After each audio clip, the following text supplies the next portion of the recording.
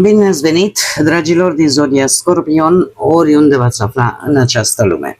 Sunt încântată ca de fiecare dată să fim din nou împreună la o nouă lectură pentru următoarea perioadă a lunii iulie, perioada cuprinsă între 20 până pe 26 iulie.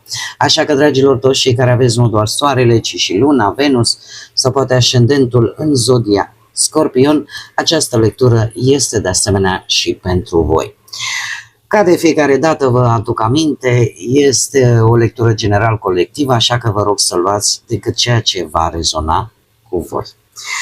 Desigur, vreau să le mulțumesc din suflet tuturor celor care sunteți deja aici, care mă susțineți prin fiecare like, fiecare comentariu, fiecare gest de apreciere și fiecare gând bun care vine din partea voastră, așa că mii și mii de mulțumiri tuturor.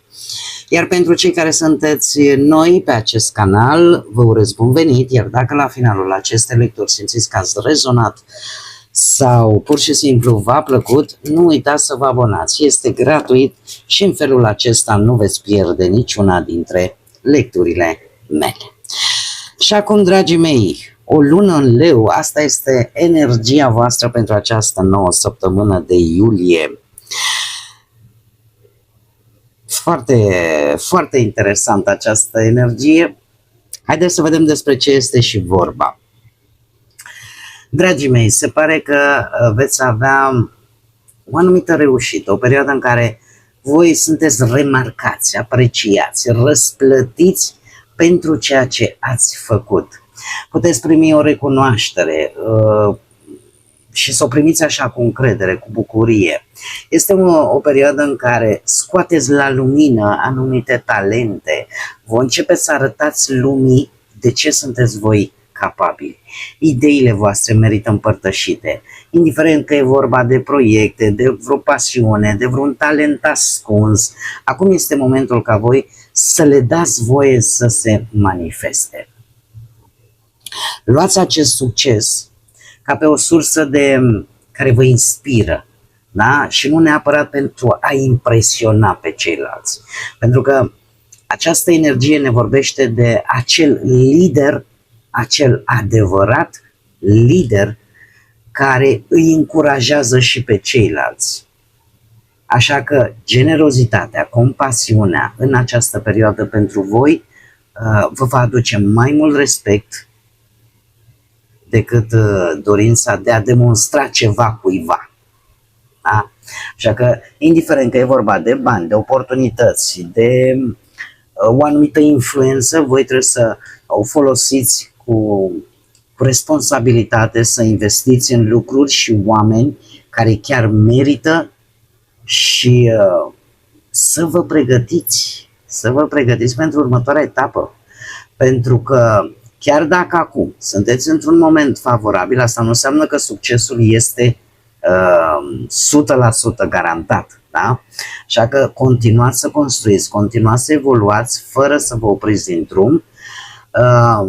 Faptul că veți traversa un moment în care vă veți simți recunoscători, asta vă ajută să rămâneți cu picioarele pe pământ, să păstrați ceea ce ați câștigat, să evitați orgoliile, vanitatea sau nevoia asta de a fi mereu în centrul atenției, pentru că știți cum e, o mândrie excesivă de fapt declanșează o competiție inutilă și în general dorința asta de a eclipsa pe ceilalți chiar îți poate atrage invidie și poate duce la pierderi. La pierderi a tot ceea ce voi poate ați construit. Da? Nu-aveți nevoie de invidia altora. Așa că străluciți prin ceea ce voi sunteți și nu prin ceea ce, cum să spun eu, încercați poate să demonstrați. Nu trebuie să demonstrați nimic nimănui. Voi fiți autentici, fiți originali. Sunteți într-un moment în care viața vă oferă șansa, într-adevăr, să fiți văzuți, să fiți apreciați și să vă folosiți calitățile, darurile voastre, însă, la fel ca în povești cu eroi, apare și lecția adevăratului erou. Da? Lecția celui care nu este definit de aplauze, ci de caracterul său. Și asta zic eu că este cel mai important. Așa că nu este o săptămână rea deloc. Doar să aveți grijă, există un succes. Pe mine, dacă nu știu, ar fi să, în puține cuvinte, aș spune că voi veți avea într-adevăr o realizare, un succes, dar care vă va scoate în față. Bine ar fi, tocmai pentru a nu atrage energii negative asupra voastră, să vă păstrați modestia. Pentru că la voi, cum să spun eu, nu este finalul, este o bătălie câștigată, nu și război. Cred că, de fapt, cam asta vrea să ne spună această lună în Leu. Haideți să vedem acum și ce ne spune tarotul. Ce vine pentru dragii mei din Scorpion săptămâna 20-26 iulie, atât pe plan profesional, financiar sau sentimental.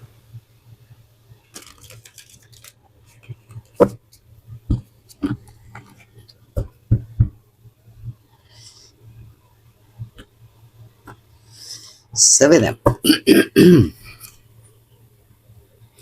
Și avem un paj de spade, 5 de monede, o regină de cupe, un 2 de bâte și surpriza. Clarificăm pentru dragii mei din Scorpion pajul de spade. Clarificăm 5 de monede, te rog.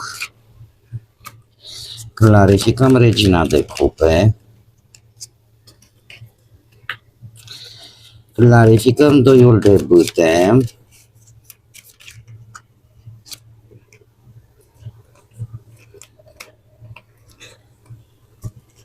Uite-bă. Și clarificăm surpriza săptămânii. Haideți să vedem, dragii mei dragi. Aici avem arcanul vostru major, care reprezintă Scorpionul, puterea voastră de transformare și eu aș spune că pe plan profesional, posibil să fi recent, să fi încheiat un capitol profesional. Ori că ați plecat dintr-un loc de muncă, ori că s-a închis ceva, un proiect. Da? A apărut o schimbare majoră de direcție prin ori schimbarea domeniului de lucru, ori că ați început voi vreo activitate complet diferită față de ce ați făcut până acum, ceva a rămas în urmă. Clar. Ori poate ați folosit o metodă nouă de a căuta un job sau pur și simplu chiar la jobul actual ceva s-a schimbat. Da? Ceva s-a schimbat, lucru care a dus la acest paj de spade. Nu știu dacă zodiile de aer, Gemeni, Balanță, Vărsător vă spun ceva, dar pajul de spade vorbește de curiozitate, de energie mentală, de entuziasm, de inițiativă, chiar dacă uneori există și un pic de lipsă de experiență, totuși ideea asta că vrei să începi ceva nou, ai o energie foarte mare, ai idei foarte bune, inovative, da? Totuși, fiți atenți la detalii. Voi sunteți gata să vă implicați în ceva nou, într-o provocare nouă care are legătură cu munca. Dar, atenție la impulsivitate, la lipsa de planificare, care chiar vă poate crea probleme dacă nu sunteți atenți la detalii. E bună curiozitatea, e bună inițiativa, dar totuși nu luați orice ofertă, orice de-a gata, să spunem așa. Da? Rămâneți totuși cu piciorușele pe pământ și analizați înainte de a vă implica. Pe partea bănuților avem un 5 de monede. Un 5 de monede. Aș spune că un adevăr. Voi v-ați cam chinuit pe partea asta banilor, cel puțin unii dintre voi cu acest 9 de bâte. Ați încercat să vă protejați bănuții, să mențineți poate un anumit profit vis-a-vis de o afacere. Ați încercat pe cât ați putut voi să gestionați o anumită sumă de bani, bugetul vostru, să controlați anumite cheltuieli. Ați depus un efort chiar destul de mare, ați fost destul de precauți, poate de multe ori prea suspicioși când a fost vorba de bani. Totuși avem un as de spade. Un as de spade care îmi vorbește de o clarificare a unei situații financiare care s-ar putea să vă cam lase fără bănuți. Ceva trebuie clarificat, o situație trebuie clarificată, este importantă.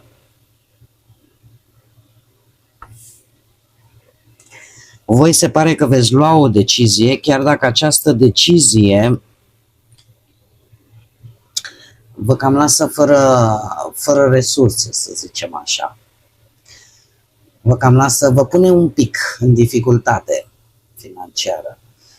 Că e vorba e ca și cum ai zice, domne, aflu într-adevăr ce trebuie să fac ca să scap de toată problema asta. Păi uite, trebuie să plătești aici. Ca și cum ai zice, îmi bat picioarele, plătesc tot acum, o să mă chinui, văd cum fac, numai să termin. Pentru că aici e o situație care chiar cere o decizie importantă din punct de vedere financiar. Acum, cincilul ăsta de băte, într-adevăr, de monede, îmi cer scuze, ne vorbește de dificultăți financiare, de cheltuieli neașteptate, de pierderi temporare, de facturi neașteptate, dar asta pe voi vă poate face un pic anxioși așa. Vă poate aduce niște frustrări.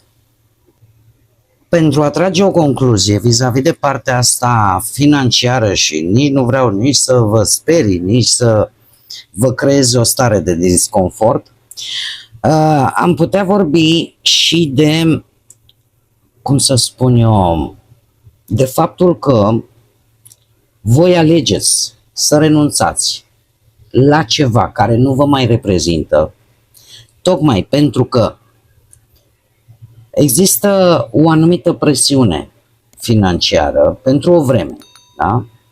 Și atunci, ori încheiați o colaborare și atunci automat treceți printr-o perioadă de tranziție din punct de vedere financiar, pentru că voi ați dus povara asta a finanțelor, a banilor pentru destul de multă vreme. Da? A fost o presiune pe finanțe. Dar apare cu asul de spade, apare un moment de claritate în care pur și simplu luați o decizie importantă, însă această schimbare poate să vă aducă pentru o perioadă un sentiment că trebuie să fiți mai restrânși la bani. Da? Nu, ca să zic așa, nu văd neapărat o pierdere definitivă, ci mai degrabă un preț plătit pentru o schimbare care pe termen lung poate că era necesară. Da? Așa că e ca și cum ai zice, un adevăr costă. Da? Asul de spade vă obligă să tăiați ceva. Iar cinciul de monede arată că pe moment acea alegere poate fi inconfortabilă, dar asta nu înseamnă că este o alegere greșită. Da? Este o etapă în care voi trebuie să vă ajustați. Da? Și eu cred că ăsta e mesajul cel mai elocvent. Pe partea asta a relației, avem o regină de cupe, aici puteți fi chiar voi. Dragii mei, pe partea relației am un 8 de cupe și avem luna. Și dacă zodia pești vă spune ceva, o altă zodie de apă, se pare că în ultima vreme, cei care vă aflați într-o relație și desigur cei care rezonați cu această informație, ați avut parte de niște neînțelegeri, de niște suspiciuni între voi. A existat o lipsă de comunicare reală, la modul cel mai real. Unul dintre voi posibil să fie ascuns anumite lucruri, anumite emoții. De asemenea, putem vorbi de gelozie, de neîncredere bazată pe tot felul de presupuneri sau pur și simplu o interpretare greșită, de ce nu, a comportamentului celuilalt. Că e de la voi, că e de la partenerii voștri, aici voi știți. Voi vă dați seama care este situația. Și aici cineva a luat o decizie cu optul ăsta de cupe. Ați traversat un moment de distanțare, un moment în care poate ambii parteneri au reevaluat relația asta. Unul dintre voi simte că parcă nu mai primește ceea ce are nevoie. Există o decizie care vă cam detașează emoțional unul de celălalt. Asta nu înseamnă că nu poate exista la un moment dat o discuție sinceră între voi și partenerii voștri despre ce nevoi aveți și voi, unul altuia, dar și despre limite. Unii dintre voi sunteți tentați să plecați fără explicații, ori voi, ori partenerii voștri. În felul acesta să evitați un conflict. Ideea este alta, că totuși acest 8 de cupe îmi vorbește de o parte pozitivă, care e posibil să existe și pe care voi, unul sau celălalt, o ignoră. Și nu cumva să vă concentrați prea mult pe nemulțumiri și mai puțin pe ce este pozitiv în relația voastră. Dar aici, desigur, cum am mai spus, depinde de fiecare dintre voi. Toate aceste lucruri duc la această regină de cupe. O regină de cupe care îmi vorbește de ideea asta de maturitate, de o relație matură, de o relație echilibrată. Se pare că într-un final voi veți avea o discuție calmă. Ori că voi o veți deschide pentru a traversa acest moment dificil, ori că vine altcineva și vă ajută, vă sprijină și vă ajută să aveți această discuție calmă. Este un moment în care știu că poate pentru unii pare imposibil, dar desigur dacă se vrea, această legătură emoțională chiar se poate consolida. Adică există și această șansă. De asemenea, eu aș mai percepe o energie aici. Și anume, voi, dacă vorbesc strict de voi, voi ați avut curajul să treceți prin anumite frici și poate chiar să vă îndepărtați de ceea ce voi simțeați că vă face rău. Dar tocmai această alegere de a te îndepărta te-a dus către o gândire și o energie mult mai matură, în care voi ați înțeles emoțiile și nu mai, cum să spun eu, ca și cum ai zice, nu mai iubesc că îmi lipsește ceva sau din teamă, din frică, ci pentru că vreau să am un echilibru, cel puțin pe partea asta sentimentală în viața mea. Ideea este că ambele cărți ne vorbesc de intuiție, atât Luna cât și Regina de Cupe, așa că eu aș spune că între cele două cărți se află acest top de cupe. Cumva drumul pe care voi trebuie să-l parcurgeți, Tocmai de aceea am spus că este o energie mai degrabă de vindecare emoțională decât despre despărțire. Da? E posibil ca relația voastră să fi trecut sau chiar încă să mai treceți printr-o perioadă în care multe lucruri au fost neclare, au existat îndoieli, poate chiar temeri, răni vechi, însă tocmai alegerea pe care voi ați făcut-o cu acest 8 de cupe, asta v-a făcut să lăsați în urmă ceea ce nu mai funcționa și v-a condus așa către o versiune mult mai echilibrată a întregii voastre relații. Da? Pentru că Regina de Cupe, să știți că vorbește despre o iubire matură, despre compasiune, despre capacitatea de a iubi fără a te pierde pe tine însuți. Da? E o combinație foarte bună. V-am dat două variante. Acum voi știți, voi adaptați în funcție de situația fiecăruia.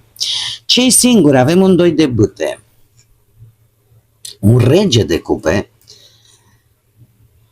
un 8 de spade, pusnicul și turnul. E interesant și la voi. Dragilor, se vede clar și la voi o perioadă tumultoasă. O perioadă care pe voi v-a lăsat cu niște cicatrici, ca să spunem așa. Regele de cupe, de asemenea, vă poate reprezenta pe voi. Avem zodia Fecioară.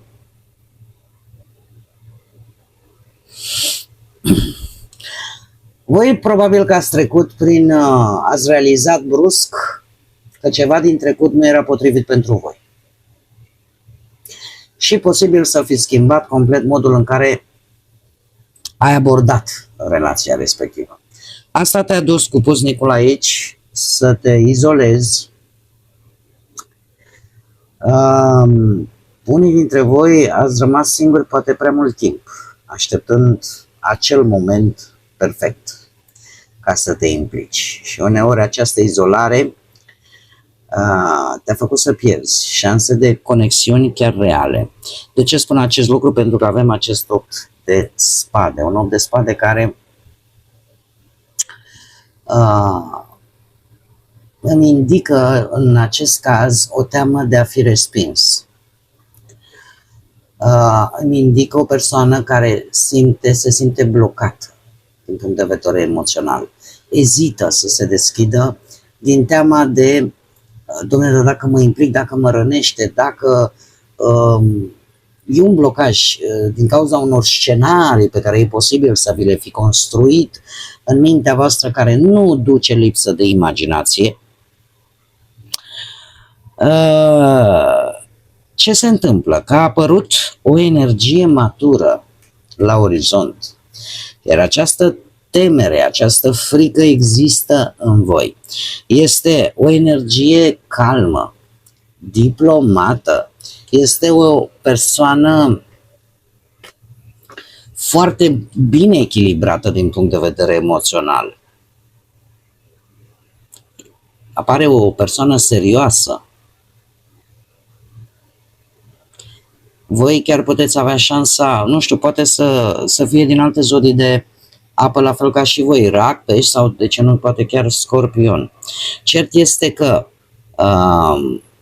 este cineva matur emoțional care chiar poate să ducă la o relație profundă și chiar sigură. Acum, voi puteți fi ori prea precauți și să ezitați să vă deschideți, sau să aveți prea mari așteptări. Și în felul ăsta puteți risca să pierdeți această oportunitate. Doiul de bâte, cam despre asta îmi vorbește. E ca și cum, știi, eu aș vrea să ies din zona mea de confort, dar oare cum să fac? Pentru că e ca și cum trebuie să ieși din propria ta cetate pe care ți-ai construit-o. Dar nu poți obține lucruri dacă nu ieșim din zona noastră de confort. Da? Pentru că există aici o gândire în această perioadă ce fel de relație vreți să aveți, cum să o abordați.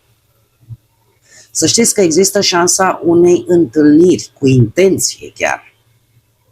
Șansa unei alegeri a unei persoane potrivite. Da? Așa că eu aș spune că e ceva durabil. Șansa unei alegeri durabile. Din punctul ăsta de vedere sentimental pentru cei singuri. Avem un 10 de monede ca și surpriză provenit dintr-un 3 de cupe. Dragii mei, 10 de monede ne vorbește de stabilitate materială, de familie frumoasă, de moșteniri, de o siguranță pe termen lung. Așa că, iar faptul că vine de la un 3 de cupe, asta îmi spune că e ceva care vă va bucura. Un eveniment care cred că pe nepusă masă nici voi nu vă așteptați, vă poate scoate dintr-o problemă materială. Vă poate aduce și niște bănuți. Dragilor, e posibil ca o întâlnire, o colaborare, un grup de oameni, un eveniment, da? O reconciliere sau pur și simplu un sprijin primit din partea altora aduce acest 10 de monede, care e cartea stabilității și a consolidării, da? Mai ales pe plan financiar. Da?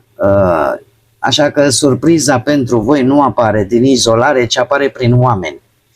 O colaborare care poate să vă aducă niște beneficii materiale, o reuniune de familie care va aduce o veste bună, un proiect de echipă care se dovedește a fi foarte avantajos pentru voi, o împăcare care stabilizează o relație sau poate chiar o recomandare făcută de cineva care va deschide pentru voi o șansă importantă. Așa că surpriza pentru voi, dragilor, vine prin intermediul oamenilor din jurul vostru. Da? Indiferent că vorbim de o întâlnire, o colaborare, cum am mai spus. Da? 10 de monede ne vorbește despre ceva care are potențial să se consolideze, să aducă siguranță, indiferent că vorbim de bani, familie sau relații. Și acum, dragii mei, haideți să vedem și ce ne spun fazele lunare pentru voi, dragii mei, din Scorpion.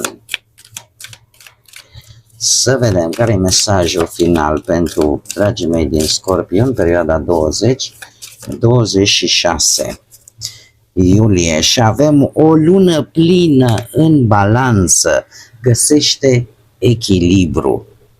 Dragii mei, această lună plină în balanță vorbește de iubirea care va deveni o prioritate pentru voi. E o perioadă favorabilă pentru ca voi să vă apropiați, să vă reconciliați, să vă împăcați, să vă consolidați anumite relații, chiar și prin apariția unei noi povești de iubire.